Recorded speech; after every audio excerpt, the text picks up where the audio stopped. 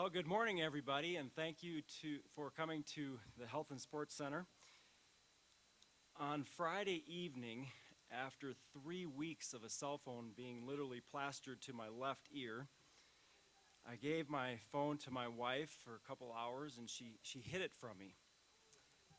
And about 10 o'clock in the evening, I looked at my phone, a message from Peter Yazvek, our sports information director, and he said, "It's out."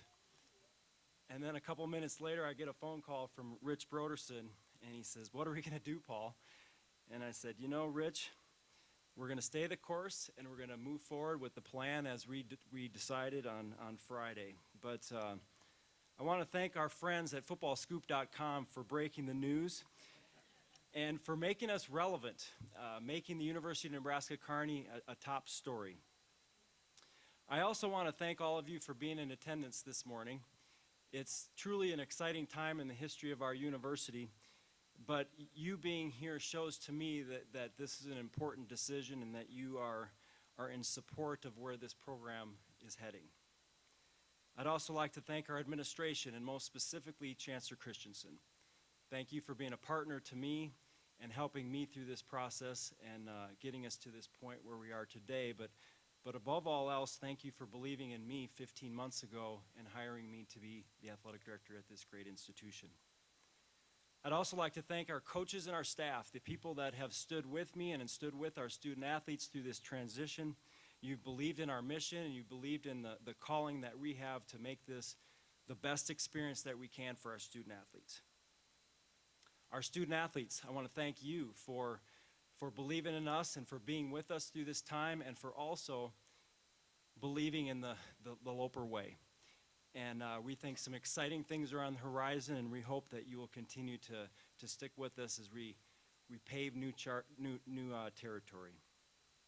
Lastly, I'd like to thank our alumni and our supporters, and specifically Amy and Matt Cope, Brad Kernick, Bob Sailing, Paul Eunice, the Cope Family Foundation, and other individuals that remain nameless who have been significant contributors to the Loper football family, and most specifically to this Grace University.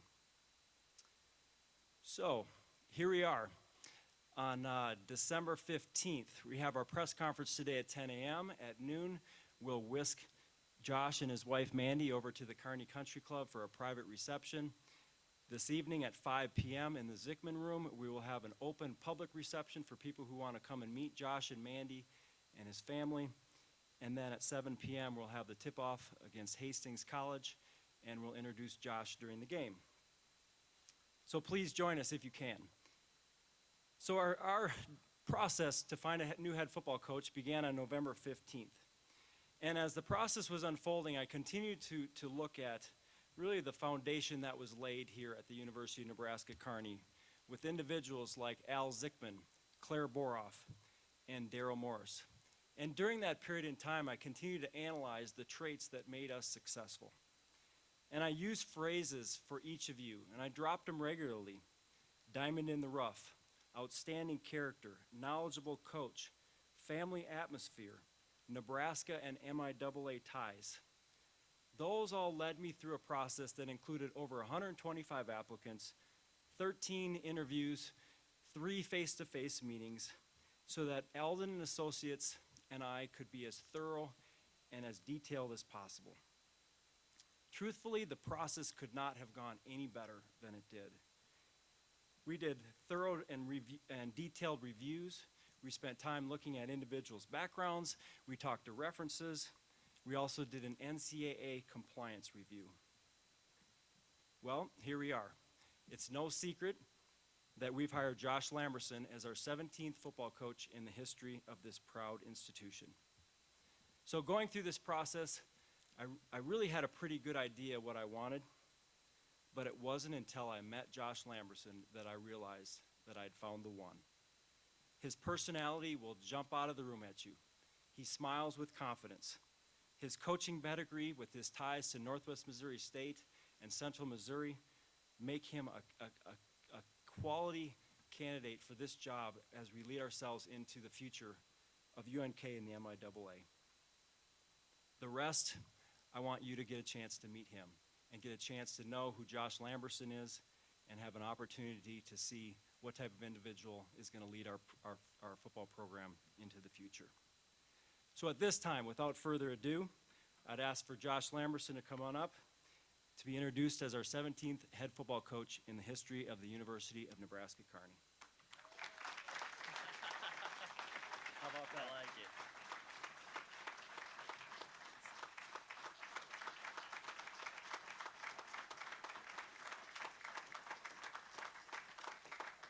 You got your name on there, it's spelled right, everything's good to go. It's good. Thank you very much. Appreciate it, Paul. Whew. Wow. First of all, I'd just like to thank Chancellor Christensen, Dr. Plinsky, the search firm, the search committee, really everybody that I have met in my not quite 24 hours here at the University of Nebraska Kearney. Everybody has been overwhelming with their support, encouragement, and just overall welcoming me and my family to the Kearney community, and to be here and to be a part of this family, to be a part of Loper Nation. I can't tell you, this is a dream come true for me, to be standing here as the 17th head coach at the University of Nebraska Kearney, and to be back in Nebraska, where I was born and raised, and had a sense of family, a sense of tradition, a sense of pride that goes along with being here in Kearney. I have a vision. I have a sense of process that we're going to go through. I know where we stand, where we're at, but I also know where we want to go. And throughout this entire process, talking with Dr. Plinsky and him sharing his vision for the University of Nebraska Kearney athletic program and department, he always fell back on family. And I got an opportunity this morning to meet our head coaches here and got to pick their brain, and they shared insight with me and through their experiences here, and the overwhelming feeling of support and love and excitement that I felt in that room was something that I'll cherish with me the rest of my life. The tradition here that's already established, that we're going to build on, the foundation that's already been laid, not just with the athletic program, but with the university, with the community, is something that I'm really excited to tackle. And with this time, with where we're at in the middle of December, with recruiting at its highest peak, and with a staff that needs to be hired, and with a house that needs to be bought, and a family that needs to be relocated, there's a lot of work to do, but I couldn't feel more confident and more secure about the people that I'm diving in this endeavor with, and the process that it will take to get us there. I have a few things that we're going to be known for. First and foremost, we're going to have a family-based atmosphere in our football program. That family-based atmosphere is going to be based on trust, earned respect, love, accountability, not only with ourselves but for each other.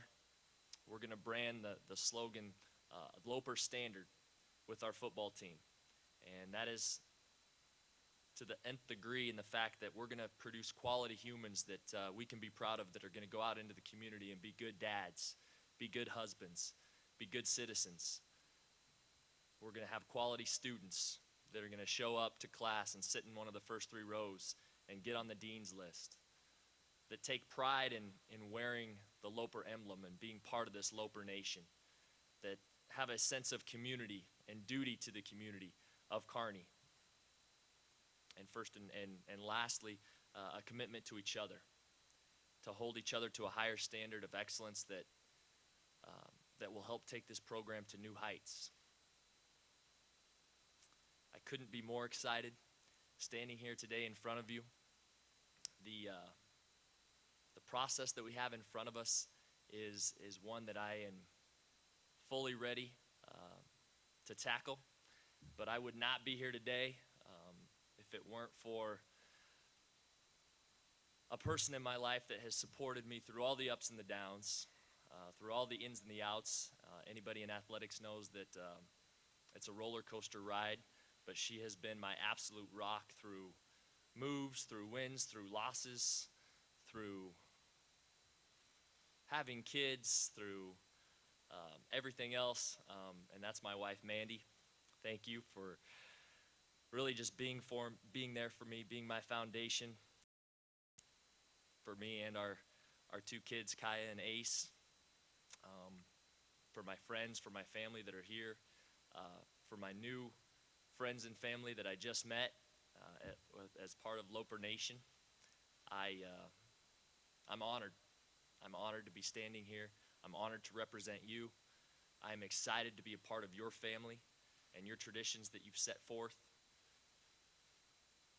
And I'm ready to dive in and start this thing and this new challenge and this journey with you. So thank you so much. I'm excited to meet each and every.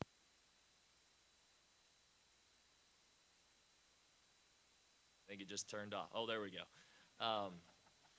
I'm excited to meet each and every one of you on an individual basis, and we can start this journey together. So, any questions? Yeah. Hi. Hi, Dave. You sold Paul.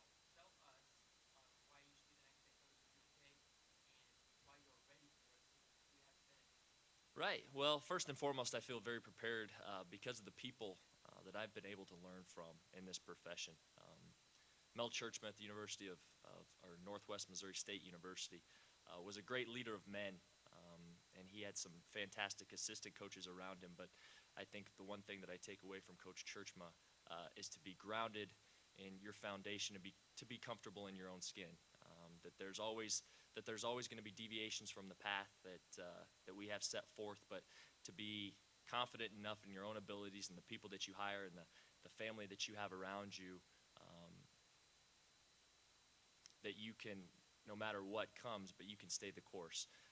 Coach Sabota, with his expertise, both offensively and defensively, and the type of program that he ran in the 5 years that we were there, and essentially how we had to start from scratch from a really different recruiting philosophy to a high school base recruiting philosophy, and that's something that we're going to really focus on. We're going to go out and we're going to get those Nebraska kids. We're going to dive into Lincoln. We're going to dive into Omaha, but not just those two places. We're going to dive into central Nebraska, western Nebraska, and really get into those high schools and reestablish those relationships with those high school coaches and those high school kids and change the perception that this is not a destination place for Nebraska kids, because it is. We're going to tug on those heartstrings of those Nebraska kids. I was one of those Nebraska kids. Nebraska is a football state, first and foremost. And to go into those homes and to go in and see those moms and dads and sit on those couches and to explain to them that we are back in the game and we want those kids to stay in the state and become difference makers here, and to create a Division II program that we can be proud of in the state of Nebraska, that's not just going to make noise in the MIAA, but it's going to make noise in Division II on a nationwide scale. And so, those are just some of the things that I have planned, and that's why I feel empowered to be up here standing in front of you.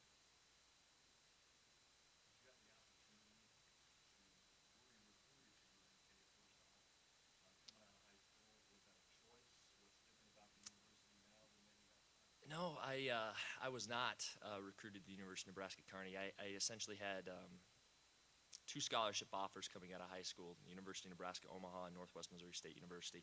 And during that time, just felt compelled that Northwest had just come off back-to-back national championship wins, and that was the place that I needed to be at that point in time in my life. And to be real honest, from Wilbur, Nebraska, I have family out in Paxton, Nebraska, so we would stop at Kearney and kind of stretch our legs, and so I had some familiarity with it, but not a lot. And so I had to do some homework. I was I don't think I would say I was recruited to Kearney. I think more than anything, Dr. Plinsky shared his vision for what he had, and that was so appealing to me and caught my interest that I wanted to find out more. I wanted to get to know him more. I wanted to get to know the campus more and the university more. And so that caused me to go and do more research on my own, probably more so than being recruited to Kearney.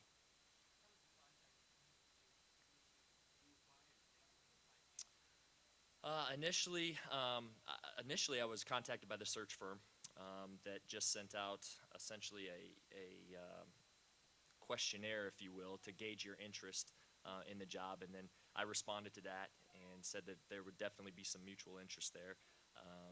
And then Dr. Plinsky then contacted me along with to gauge that interest and to talk on more of a personal level about where I wanted to go and how we wanted to conduct our business.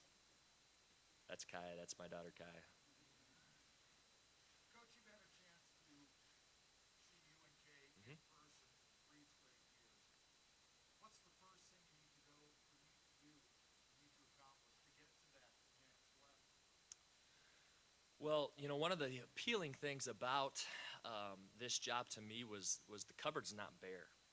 When you look at the roster and the players that we have here, and I got an opportunity to meet with the kids last night, and you know, there's no 5-year vision or 10-year vision on ultimately where our end goal is. You know, we have the opportunity and the ability to be good right now, and so that was one thing that was appealing to me. I only know one way to do it, and that is through high school-based recruiting. We are going to go out and, like I mentioned, we're gonna get those Nebraska kids, but also not just Nebraska kids. We'll go out of state, but it's primarily going to be a high school-based recruiting class that we're going to get this year. I believe with the junior college kids, you've got to fill your holes on your roster that you have, and we have some, and we're going to address those as quickly as we possibly can. But essentially, we're going to go out and sign anywhere from 15 to 20 high school kids. Probably going to redshirt those kids, I believe, in the 5th-year program, because I don't believe it's, especially in the MIAA, if you look at the top-tier teams in the MIAA, all those teams have 5th-year seniors on their roster, and those are the kids that are the difference makers for that roster. And so what we're going to do is we're going to bring in these kids, we're going to redshirt them, we're going to get them acclimated to the college lifestyle, both physically and mentally, as far as what it means to be a student-athlete, and keep those kids in our program for 5 years. Really, more than anything else, by the time they get to that point in their career, they're invested in UNK. When they put on the blue and gold, it means something to them. Nothing against any other philosophy as far as recruiting or anything like that goes, but you know, when it's 4th and 1, I want a kid that's been here for 5 years, that's invested in this university, that's invested in this community, to go get me that first down on 4th and 1, or to make a stop on 4th and 1, whatever the case is. Those are the kind of things that I believe in. Yes. How much recruiting did you do in Missouri, and how tough is it to sell redshirting kids these days? Right. Well, I was the recruiting coordinator at the University of Central Missouri for the last 5 years, and so really was kind of the head up on our plan and how we executed that plan, both in the high school-based and the junior colleges. Really, a lot of kids actually welcome the idea of redshirting. You know, you always have some of those kids that they come in and they think that they have an opportunity to play right away, and some of them do. And it's not 100% that you're going to redshirt kids, but I think it's such a benefit for those young men that they can come in and build their bodies, build their minds for that year, and then have 4 years left to play. That's something that's invaluable for those kids. So I think if you go in and you actually explain to them what redshirting means, I think there's a misconception of what that actually means to some kids. If you sit down, especially parents, they really want their kids to redshirt because they don't want their 18-year-old baby to go up against a 23-year-old man and get manhandled. And so, you know, that's a big part of it too. So I think if you're fully aware of how that process works and you explain that process to the families, they're more open to that idea. But you know, recruiting is cutthroat, and it's one of those things that you have to sell every advantage that you have. And so, you know, I'm well versed in that, and that's one thing that I enjoy doing. I legitimately enjoy recruiting. I enjoy the process, and I'm going to hire guys and bring in guys on my staff that do the same thing. You ever have cuteness overload at your house? Well, it starts with my wife, and then it kind of goes on from there. She's a ham. Already at 2. Hi, Kai. Can you go sit?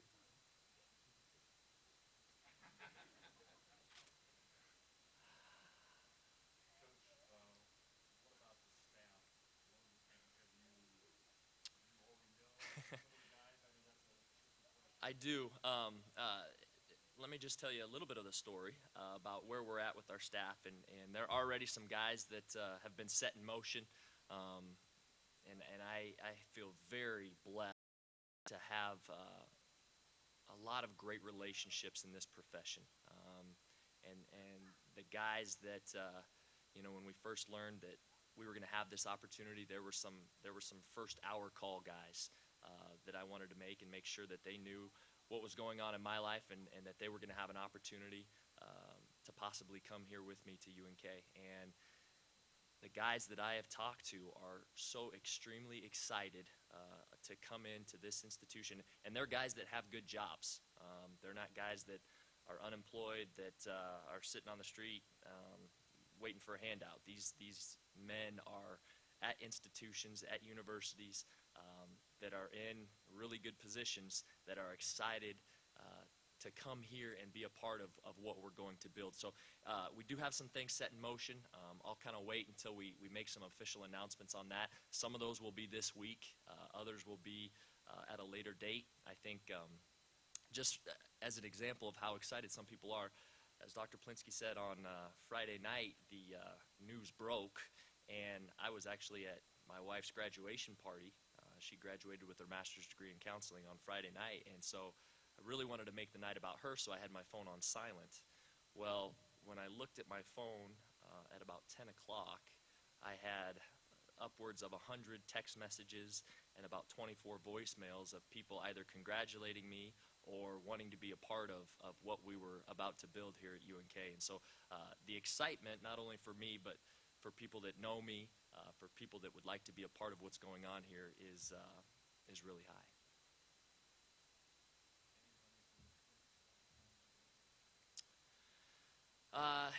Yes, Matt Miller will be here.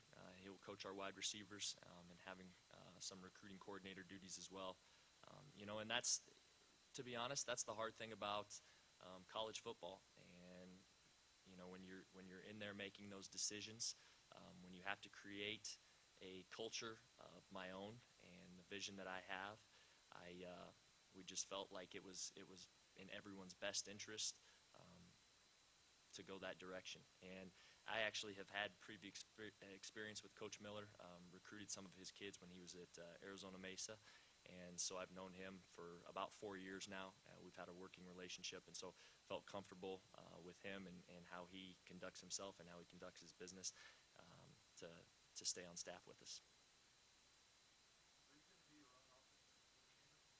I am. The first year, I'm going to do that. I feel like I have that bug, and I love doing that. I love being actively involved with the offense and coaching those quarterbacks and running the show on that side. The guys that I'm going to bring in have extensive experience with my offense and how I run things, and so that will be an easy transition for those guys that are coming in with me, and then so that's good. And for a while anyway, that's what we're going to do and see how that works and kind of go from there. No. I'll be the head coach in that regard. I'll hire guys that I trust to go out and recruit. I am going to recruit. I believe that it's very important for the head coach to recruit. The head coach needs to be able to go into living rooms and look mom and dads in the eyes and make sure that there's that mutual trust between families, because ultimately they're entrusting us with their child to come be a part of our family. And I say this with all sincerity. As coaches in athletics, we are entrusted with these young men and women to come be under our care, and it is our job, it is our duty to make sure that they have the best experience of their life as a student athlete here at the University of Nebraska Kearney. This is an opportunity that they have to come get a fantastic degree, a wonderful education, to play at a very high level of competition, and to have fun, and we talk about process, and you're going to hear me talk about process a lot. That I'm not going to talk a lot about winning and losing, and that might sound a little bit strange, but I truly believe that if you do things the right way, if you prepare the right way, if you surround yourself with people that are committed to the cause, if kids know that they're holding themselves accountable and their teammates accountable to the Loper standard, and we do things the way that we have a vision of them being done, that the wins will take care of themselves. At the end of the day, that's going to be secondary to what we do.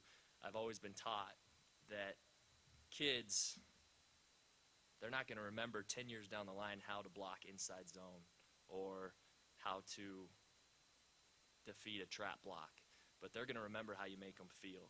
They're going to remember how you've reached inside of them and touched their heart and touched their family's heart and brought them to a level that they've never been before. And for those kids to have that opportunity, that's part of our job. That's part of what we're entrusted to do here. And we're going to make sure that these kids have a wonderful opportunity, to have an opportunity to be competitive, to win games, but to be a part of something that's a lot bigger than themselves.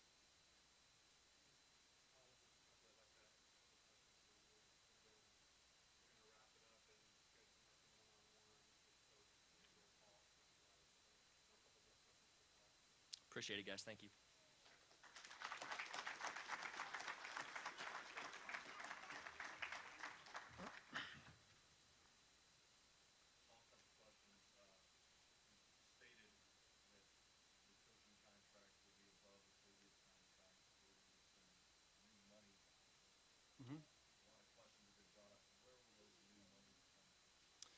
Well, over the last couple of weeks, as we've started to strategize ourselves, we've had some things that have happened within the department that have allowed us to reallocate resources.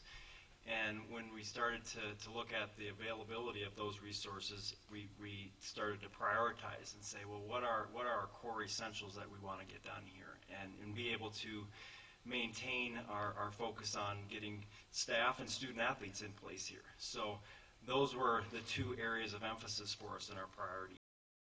So through the reallocation, we were able to make things work, and also through a lot of effort on our behalf as an athletic department to go out and meet with individuals to be able to help them understand the ways that they can help us as an athletic department grow. So there's been a lot of fundraising that we've been embarking on to make this work for as an athletic department to support what we need to do to be competitive. Josh's salary puts him 5th in the MIAA. We felt that was reasonable for where we are right now. We feel like there's a tremendous amount of coaching experience in the MIAA, and we're just thankful that we're able to get somebody of Josh's caliber in here to be able to set the tone for where we want to go. And so a lot of things have happened the last couple weeks that put us in a very good position in moving forward. When was the first time you two had a face-to-face?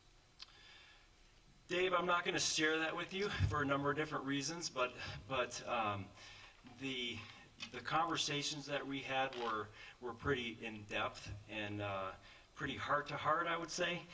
And at the end of the day, as he shared with Manny and as I shared with Elizabeth, I think that this was right. We felt like this is going to be a partnership that was going to help us create a team that will allow us to give our student athletes a great experience.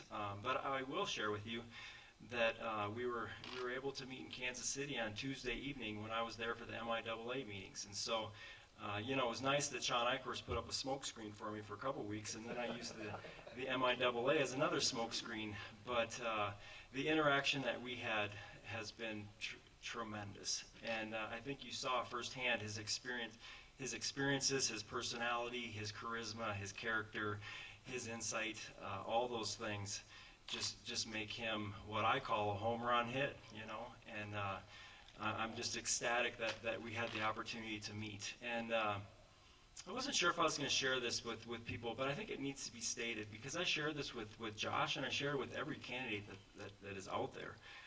I was so blessed to have a chance to meet and hire Lance Leipold at UW-Whitewater. And he has been a tremendous friend. And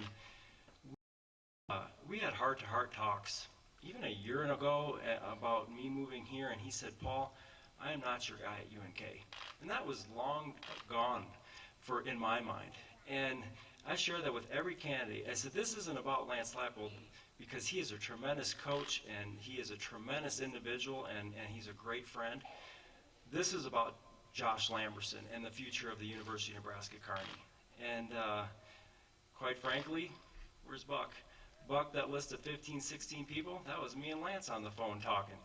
And Josh Lamberson was the last guy on the list. But as I started to call people and as I started to interact with folks in the profession, they just kept saying, man, take a look at this guy, see what he's all about, find out a little bit more about him. And so as the time went along in our dialogue, in our conversations, in our interaction, it just became real.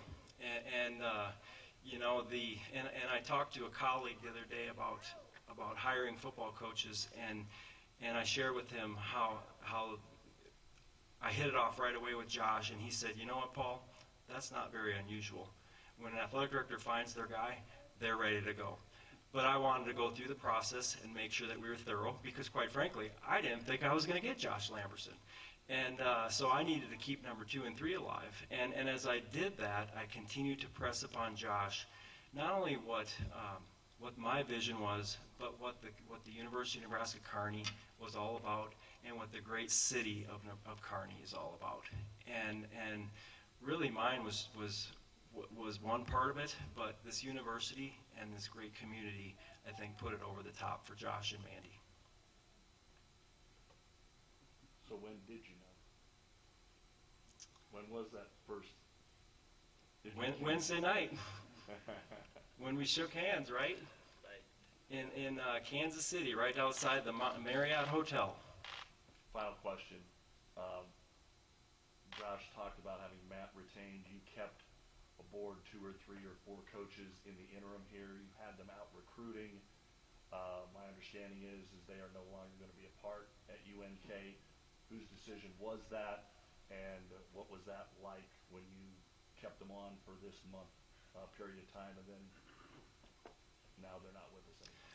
I have utmost respect and care and, quite frankly, love for Bob Crocker and Tom Everson, 2 wonderful gentlemen. And Josh knew this because we talked at length about them and their future involvement in our program.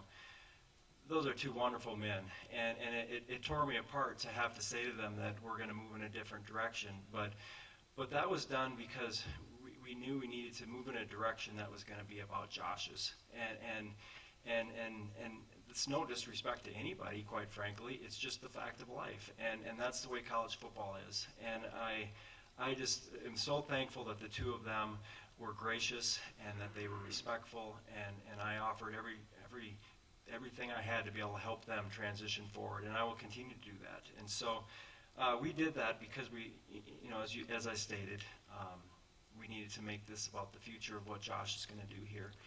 And this is kind of another thing that I found a little interesting. You know, in talking with Coach Miller after all of this had gone down, 2 things really struck me. One was that, and this was unbeknownst to me, but during the entire fall, Josh and Matt would text each other on Sundays, and Josh would encourage Matt and say, you're doing great. You're doing a super job with the wide receivers. Keep it up. And I didn't even know that they knew each other. And so it's interesting how it kind of serendipitously put the 2 together. But at the same time, after I got to talk with Matt, the first thing he did, he said, Dr. Plinsky, can I have a hug? And I said, sure. I mean, it was one of those moments where it was kind of like it just came full circle for him, who came to this program brand new and just believed in our student athletes and believed in the UNK way, and he's on board with Coach Lamberson, and so that's kind of the long and short of it. How much pressure did you feel making this hire? I mean, this is your first really big hire. This is, let's face it, your football coach is the face of your coaching staffs, pretty much. You know, I felt like I was prepared pretty well at the University of Wisconsin-Whitewater hiring Lance Leipold. There was pressure here, and it was lots of sleepless nights, and I think I've lost a couple sizes in my belt, but that's okay. You know, at the end of the day, the process was clean. It was clear cut. It was detailed, and it was thorough, and I'm really proud of it. So it comes with the territory, you know, and it's part of the job. And I think at the end of the day, you know, as the chancellor and I spoke on Friday, you know, he said even if the media do find out and there's some leakage that takes place, it's okay because we got our guy, you know, we got our head coach, And so there's been a tremendous amount of relief through all this process. But I tell you what, it was really last night when it just struck me in the meeting with the football players, where Josh had those guys eating out of his hand. I saw the room lift, and I didn't think I was going to see that quite this fast, but the players couldn't get ready to get on the field and start getting ready for what's to come. And so the last couple weeks, I've also kept in touch with over 25 recruits. And yesterday, I texted all 25 of them. I said, keep your eyes on what's going on, because we are going to announce a next head football coach here. And a ton of them responded, and they all are ready for the interaction that they have with Coach Lamberson and his staff. And so now I can go back to being an athletic director and become our next head football coach.